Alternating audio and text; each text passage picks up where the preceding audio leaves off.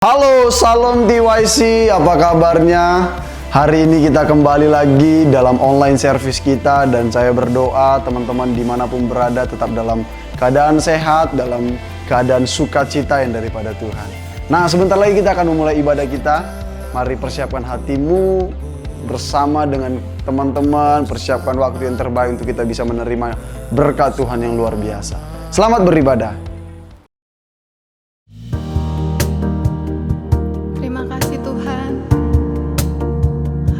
Ucap syukur Bapa. Kami mau menyembah-Mu Tuhan. Kami mau berserah kepadamu Bapa. Hanya di dalam-Mu Tuhan.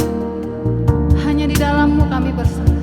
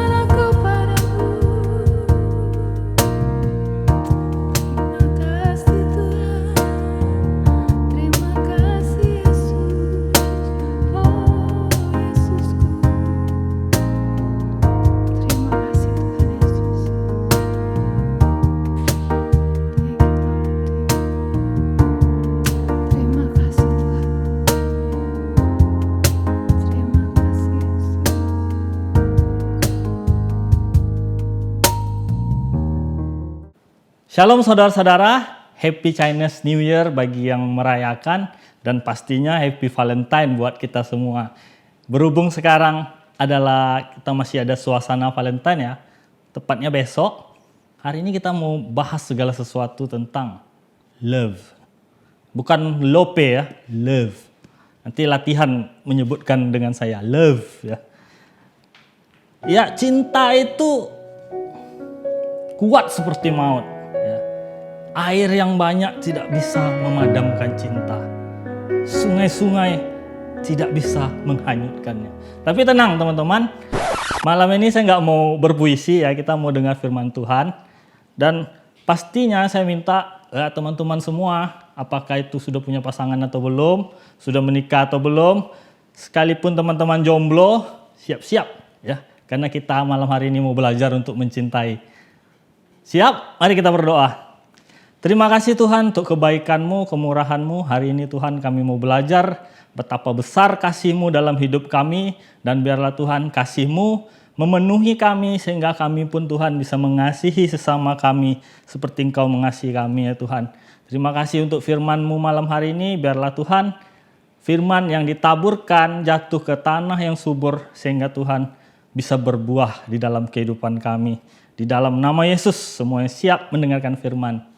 Kita katakan amin. Saya diberikan satu tema yaitu live to love ya. Hidup untuk mencintai.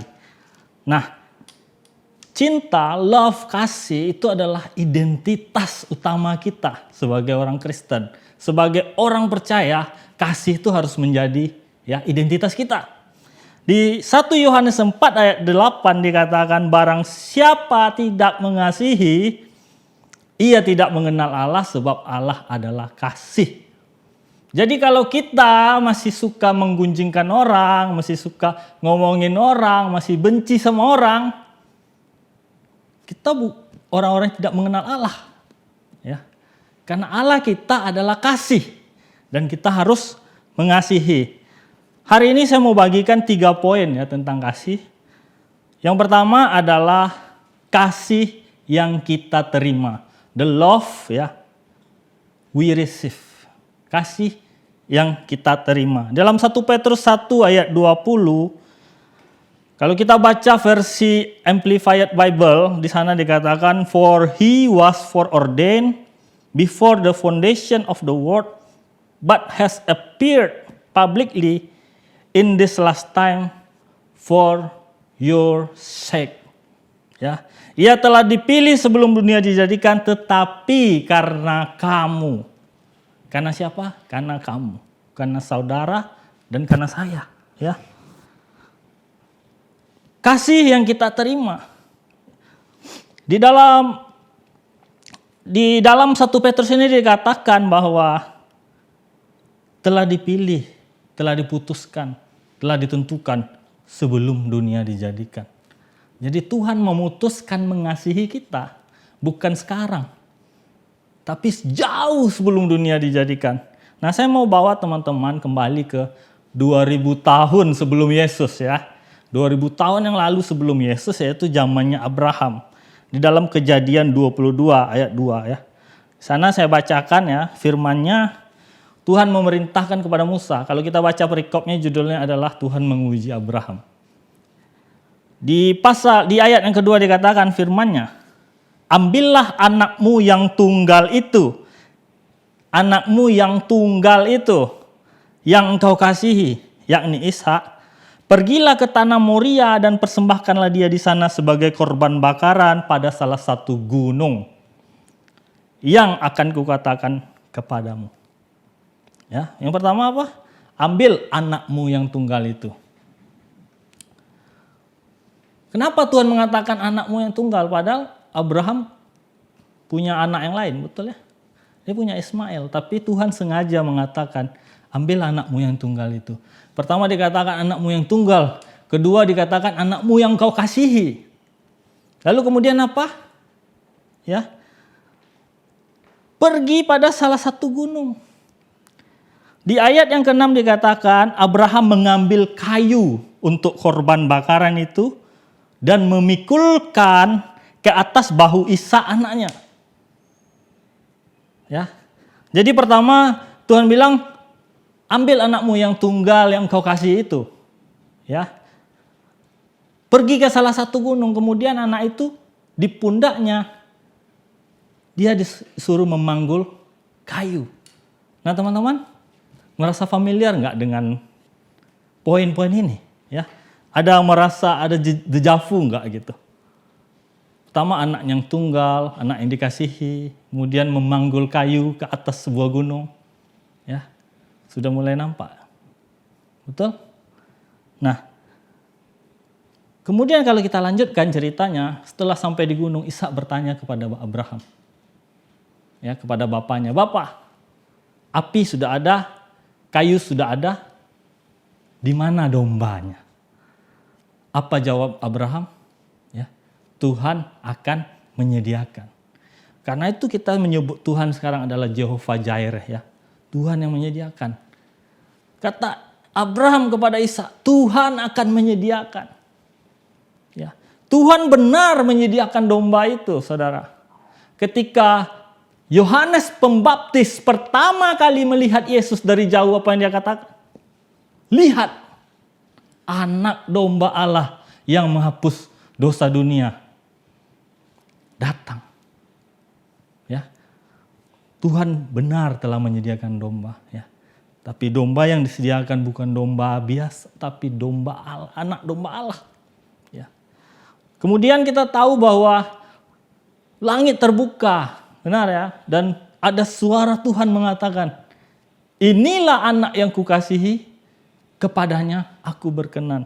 Jadi benar apa yang terjadi dalam kehidupan Abraham ini merupakan bayangan dari apa yang akan Tuhan lakukan 2000 tahun kemudian dan yang telah Tuhan lakukan karena kita sudah tahu ceritanya, ya.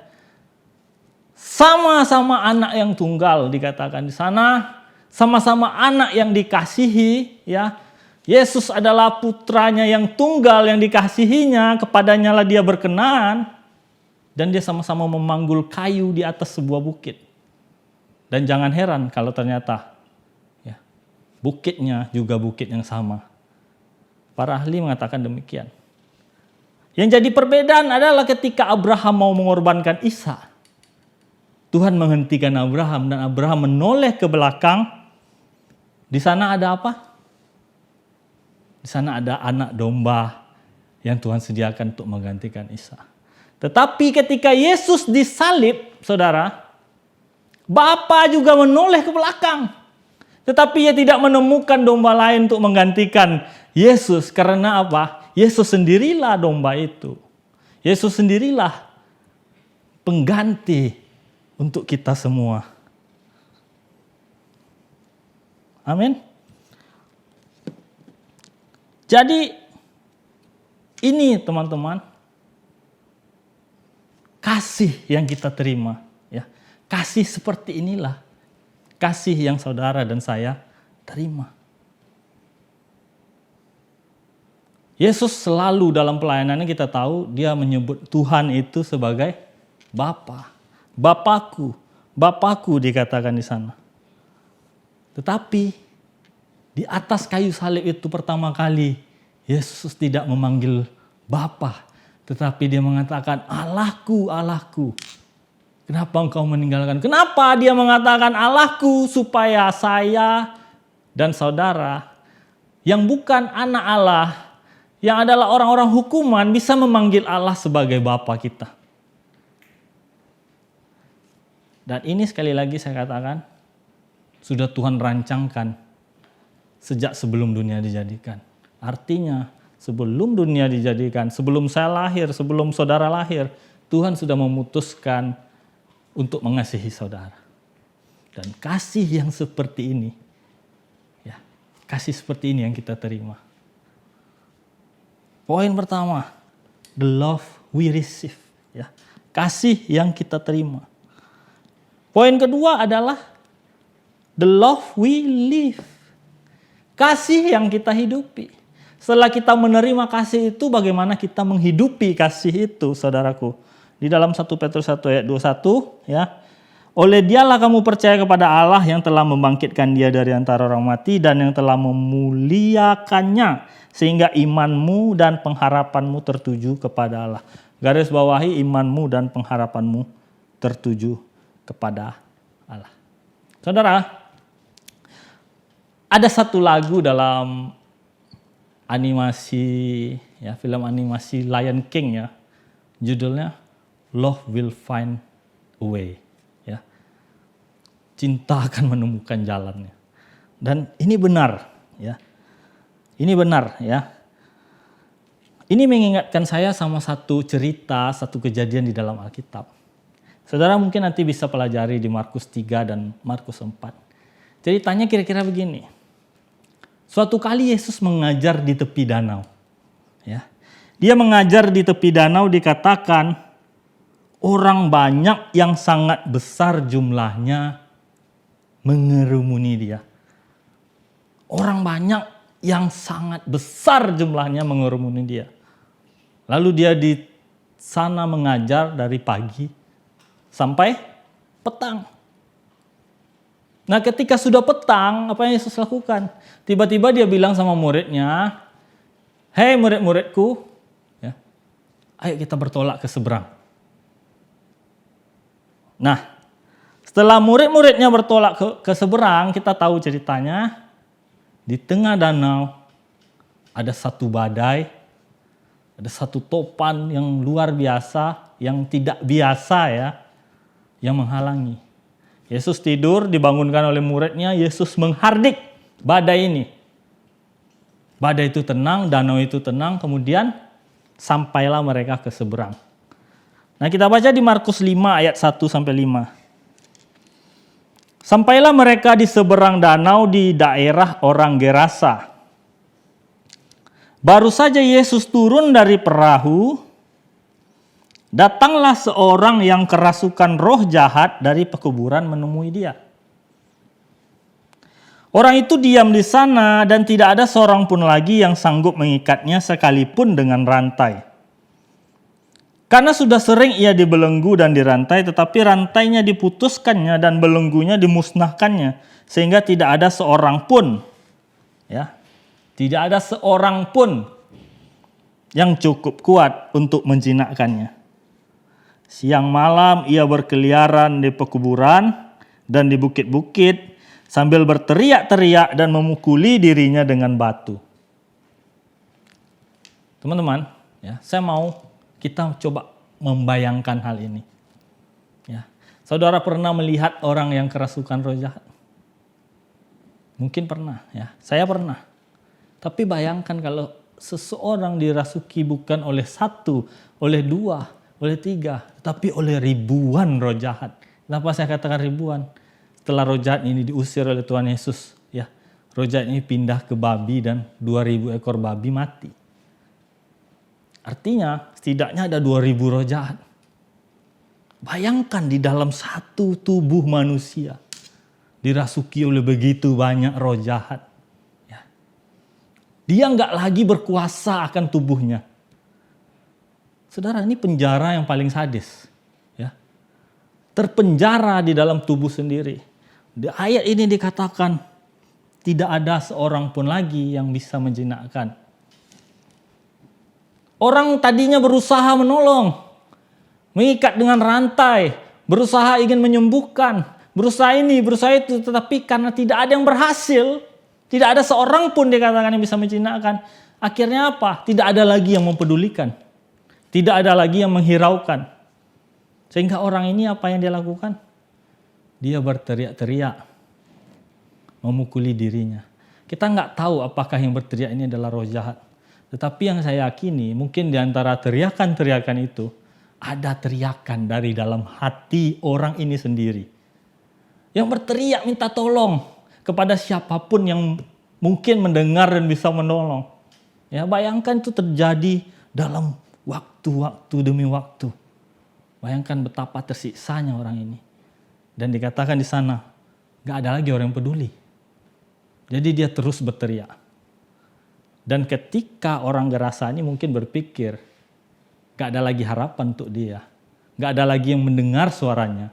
Gak ada lagi yang mempedulikannya. Seseorang dari seberang danau. Dia mendengar jeritan orang ini. Dan apa yang dilakukan? Dia menyeberang untuk menemukan orang ini. Dialah Yesus. Dan saya katakan tadi, di tengah danau, Yesus menghadapi badai yang tidak biasa. Kenapa tidak biasa? Sebagai catatan, di dalam perahu itu, ada 4 orang murid Yesus yang profesinya sebelum jadi murid itu nelayan. Mereka nelayan profesional loh. Mereka hidup di danau itu. Cari makan di danau itu. Nggak ada lagi yang baru bagi mereka. Mereka tahu mungkin badai kapan datang. Mereka tahu angin ini, angin itu. Tetapi kenapa mereka semua ketakutan? Jawabannya adalah satu, bahwa badai ini bukan badai alami. Angin ini bukan angin yang terjadi secara alami. Kenapa? Karena Yesus menghardik. Kenapa Yesus menghardik badai, menghardik danau, seakan-akan badai dan danau ini punya kesadaran? Karena sebenarnya yang Yesus hardik bukan badai dan danaunya, tapi yang Yesus hardik adalah individu di balik badai dan danau itu. Ya. Kalau satu orang, manusia saja kalau ribuan orang mendorong satu rumah bisa hancur. Bagaimana dengan ribuan roh jahat? Mungkin saja ya mereka bisa menimbulkan badai. Dan kalau hari-hari ini kita merasakan badai dalam hidup kita, jangan takut. Kenapa? Artinya pertolongan Tuhan sudah semakin dekat. Ya. Iblis nggak mau Yesus datang untuk menyeberang. Dia nggak mau orang ini Tuhan sembuhkan. Sehingga dia membuat satu badai untuk menghentikan. Tetapi siapa iblis yang bisa menghentikan Allah? Love will find a way. Kasih itu akan menemukanmu. Hari ini kalau kita mungkin berteriak dalam hati kita. Kita menjerit minta tolong dalam hati kita. Karena kita pikir nggak ada yang peduli sama kita. Kita pikir nggak ada yang benar-benar mengerti kita. Nggak ada yang peduli sama pergumulan kita. Sehingga kita berdiam diri saja. Dan hati kita hancur. Firman Tuhan mengatakan, hati yang hancur tidak dipandang hina. Teman-teman, saya mau bilang dengan lantang malam hari ini. Tuhan mendengar jeritan hatimu. Tuhan mengerti pergumulanmu. Dan kasih-Nya akan menemukanmu. Ya. Bagaimana caranya? Asal kita fokus, dikatakan di dalam Petrus tadi. Ya, iman dan pengharapan kita tetap tertuju kepada Allah. Amin, saudaraku. Love, we receive. Love, we live. Dan poin yang ketiga, itu adalah love, we give. Kita sudah menerima dan kita menghidupi kasih itu. Sekarang saatnya kita membagi kasih itu kepada orang lain. Dalam 1 Petrus tadi ya, pasal yang kedua-dua, ayat yang kedua-dua dikatakan, karena kamu telah menyucikan dirimu oleh ketaatan kepada kebenaran, sehingga kamu dapat mengamalkan kasih persaudaraan yang tulus ikhlas. Hendaklah kamu bersungguh-sungguh saling mengasihi dengan segenap hatimu. Di dalam ayat ini ada perubahan bentuk kasih, kalau di bahasa aslinya, dari phileo, ya, kasih persaudaraan, menjadi agape. Itu bentuk kasih yang paling tinggi. Kasih tanpa pamrih. Nah, Tuhan memampukan kita untuk mengasihi dalam bentuk yang tertinggi. Amin. Kalau saudara-saudara semua mengikuti terus ibadah TYC kita, ya, beberapa minggu yang lalu kita bisa cek ya di akun YouTube TYC Padang. Ada Pastor Christopher Tapiheru ya, menyampaikan firman tentang mengasihi. Di sana dikatakan ya, kalau perintah Tuhan yang utama adalah untuk mengasihi, artinya ya, pelanggaran yang paling besar adalah ketika kita tidak mengasihi. Dan itu masuk akal dan itu benar. Ya. Di dalam Matius pasal 22 ayat 37, 38 dan 39 dikatakan, kasihlah Tuhan Allahmu dengan segenap hatimu dan dengan segenap jiwamu dan dengan segenap akal budimu. Itu hukum yang terutama dan yang pertama. Dan hukum yang kedua yang sama dengan itu ialah kasihilah sesamamu manusia seperti dirimu sendiri. Dua hal ini saudara adalah hukum yang paling utama kata Tuhan Yesus. Hukum yang paling utama. Dari kedua hukum ini tergantung seluruh hukum Taurat. Artinya apa? Sama halnya seperti ini ya. Kalau saya guru dan kita sedang ujian, saya berkata kepada teman-teman, ya, ada 50 buah soal.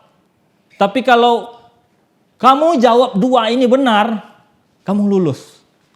Sama, teman-teman.